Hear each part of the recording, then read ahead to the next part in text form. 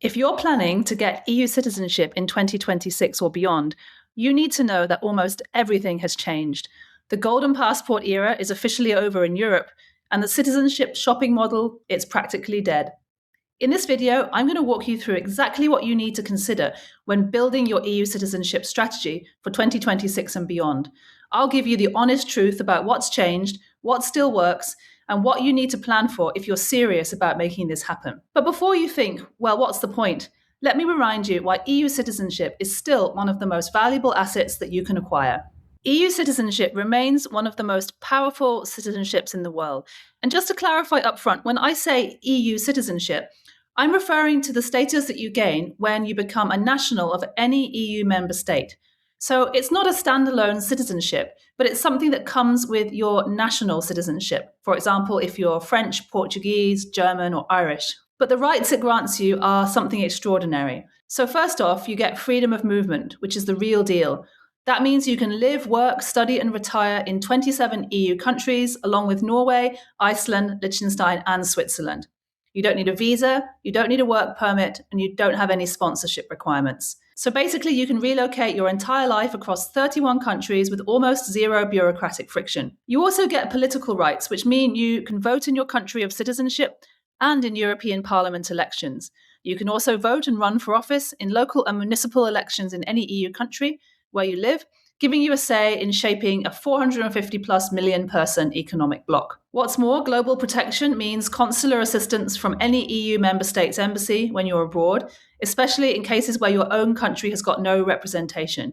And this is really important for safety when you're traveling in unstable regions. You get access to one of the world's largest single markets, with most EU passports offering visa-free travel to something between 176 and 186 countries. Healthcare and education systems throughout the EU become accessible to you, and your children and future generations can inherit this citizenship in most cases, which provides your family with options across an entire continent. Yes, okay, it's much harder to get than it was 5 years ago, but the value proposition is still extraordinary. So now I'm going to walk you through exactly what's changed and explain why the old playbook doesn't work anymore. So in 2026, you can no longer buy citizenship anywhere in Europe.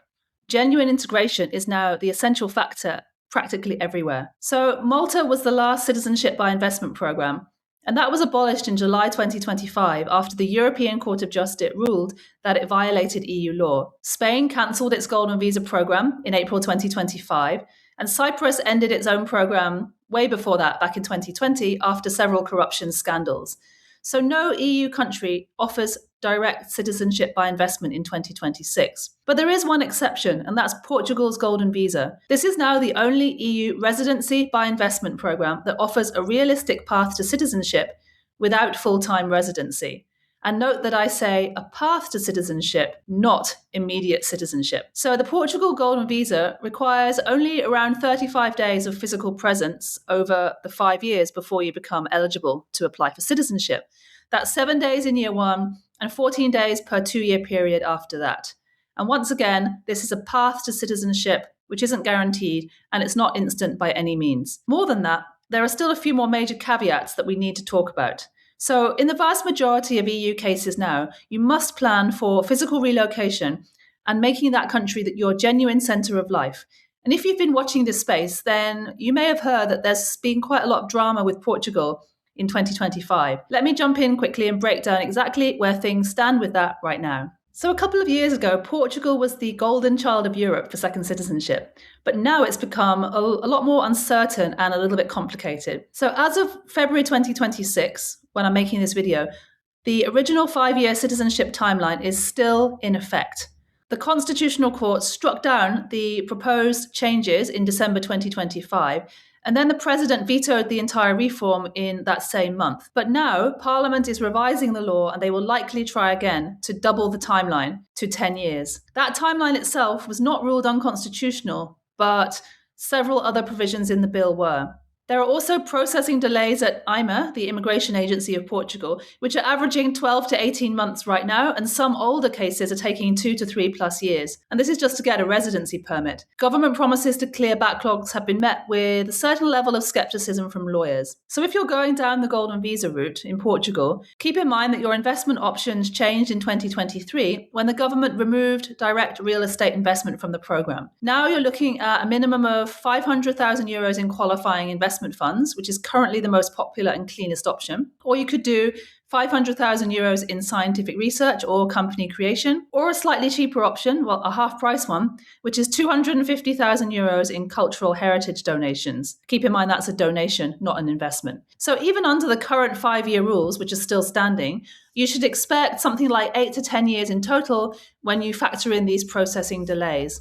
And if this 10-year reform does pass this year, then you could well be looking at 12 to 15 years as a total timeline. And that's the honest truth. Only move to Portugal if you genuinely want to live there long term, or at least if you're comfortable with the idea of doing so. You do need to be flexible with timelines and uncertainty, and you need the financial cushion to handle extended waits. If you don't want to go down the investment road, then Portugal's D7 visa is one of the most flexible independent means visas. It allows you to work locally once you've got the residency permit, unlike Spain's non-lucrative visa, which we'll get to in a minute. But before we go deeper into visa options, there's another trend happening across Europe that is pretty important and which you need to know about. And it's going to probably affect which country you end up choosing. So integration requirements across the EU are tightening this year, and language mastery is one of those things that's becoming essential. France is an interesting case because it just raised the bar last month in January 2026, increasing the requirement from B1 level to B2 level to be eligible for citizenship. And that's a significant jump. B2 is quite a tough level. We're now talking about advanced conversational fluency. France also added a mandatory civic knowledge exam, and current requirements across major EU destinations look like this. Portugal and Spain still both ask for A2, which is a fairly basic level of language. Germany asks for B1, which is intermediate.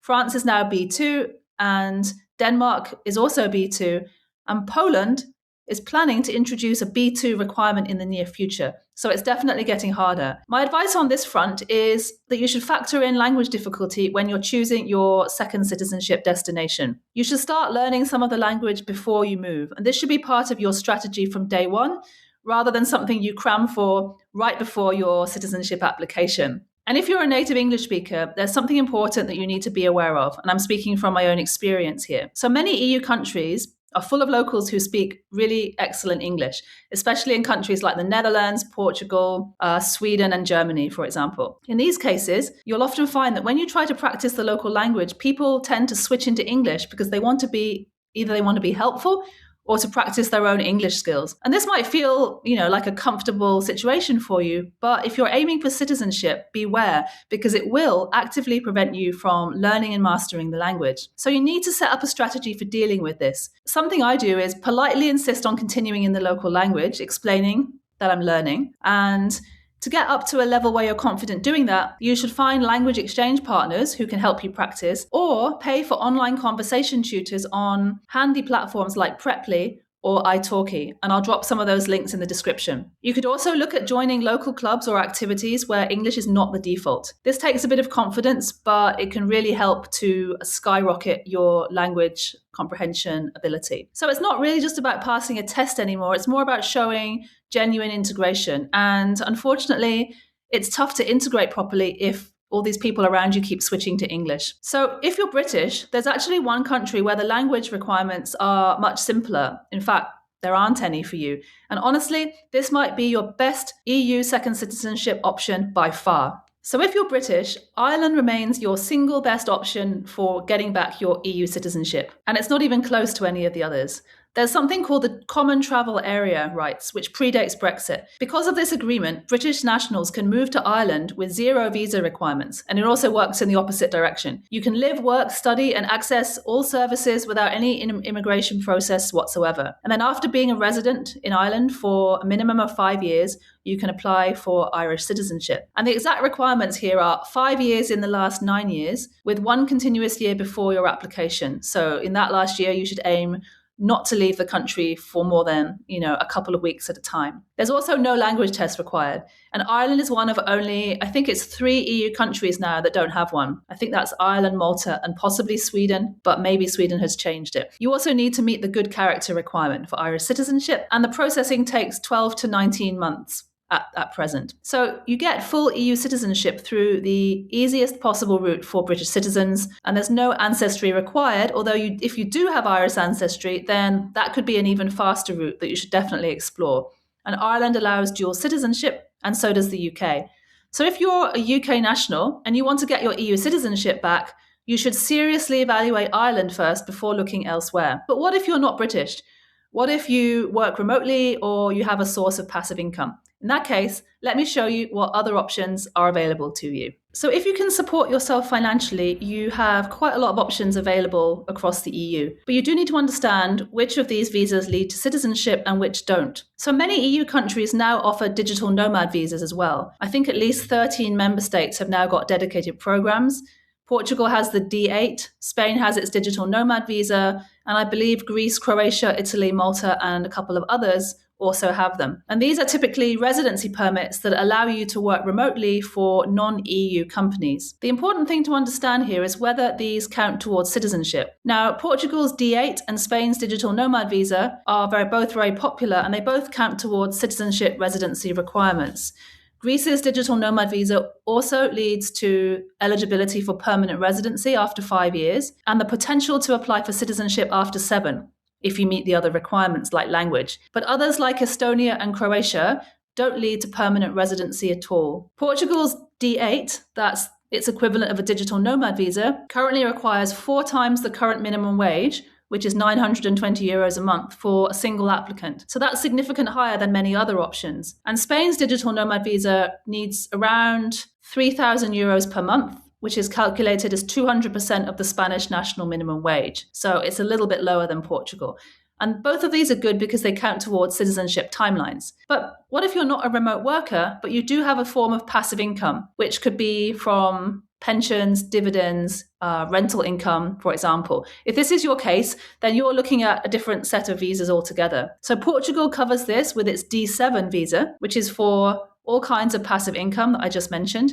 And the great thing is with this is that the income requirement is dramatically lower versus the D8 digital nomad visa, and it's set at a minimum of €920 per month, which is the Portuguese minimum wage, times 1. The income requirement is dramatically lower at just €920 per month. Keep in mind that Portuguese consulates now routinely reject D7 applications from people doing active remote work, and they redirect them to the D8, where the income threshold is a lot higher. Now, the D7 does allow you to work after you get the residency permit, but to qualify for the visa in the first place, the source of income that you show must be from passive sources. In contrast, Spain's non-lucrative visa prohibits all work, including remote work. All your income must be passive. But the good thing is that you can convert this one to a work permit after holding it for 1 year through a pathway for modifying the residency. So it still counts towards citizenship in Spain after 10 years, which can be reduced to as little as 2 years if you're from an Ibero-American country. Many EU countries offer financially independent person pathways. You do need to carefully research work restrictions because they do vary significantly. Some countries allow you to work remotely for foreign companies, while others ban remote work of any kind. So the key questions to ask here is, does this residency visa count towards residency requirements for citizenship? Many digital nomad visas do, but not all. Some of them are just temporary permits with no path forward. Okay, so you've picked a country, you understand the visa pathway, but before you make that commitment, there are some more hidden traps that you need to know about. So although getting citizenship in any EU country will give you access to all the rest, not all citizenships are created equal. You have to watch out for restrictions that could affect you and potentially your children in the future. So let's have a look at some of these. So in the case of Spain, it requires you to renounce your original nationality unless you're a citizen of the Ibero-American countries, including Andorra, the Philippines, Equatorial Guinea, Portugal, and France.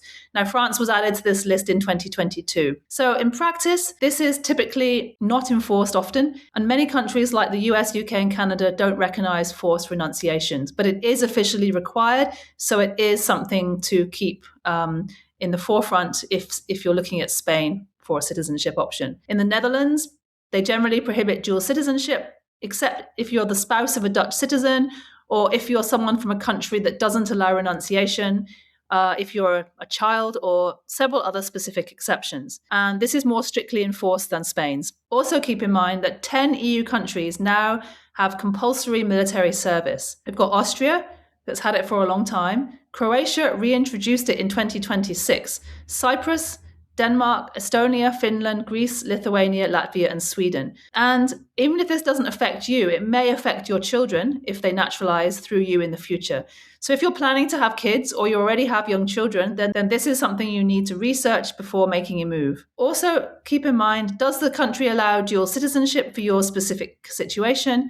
Are there military service obligations? And what about your children specifically? So we've covered quite a lot so far. I'm going to tie this all together and then show you what this means for how you should think about EU citizenship as a strategy in 2026. 2026 and beyond is about lifestyle change, not passport collection. Most EU routes now require 5 to 10 years of legal residency, language ability ranging from A2 to B2 depending on the country, and other proof of integration in many cases. So you need to demonstrate a genuine connection to the community where you've chosen to live. The nomad capitalist model is dying, at least in Europe. The days of minimal presence and maximum passport collection are pretty much over in Europe anyway. Countries here want genuine residents who contribute to society, speak the language, and integrate with the local community. And honestly speaking, this shift creates better, stronger communities and more sustainable immigration systems for everyone. And does this make EU citizenship any less valuable? No, if anything, it makes it even more meaningful. And before anyone suggests looking outside Europe instead,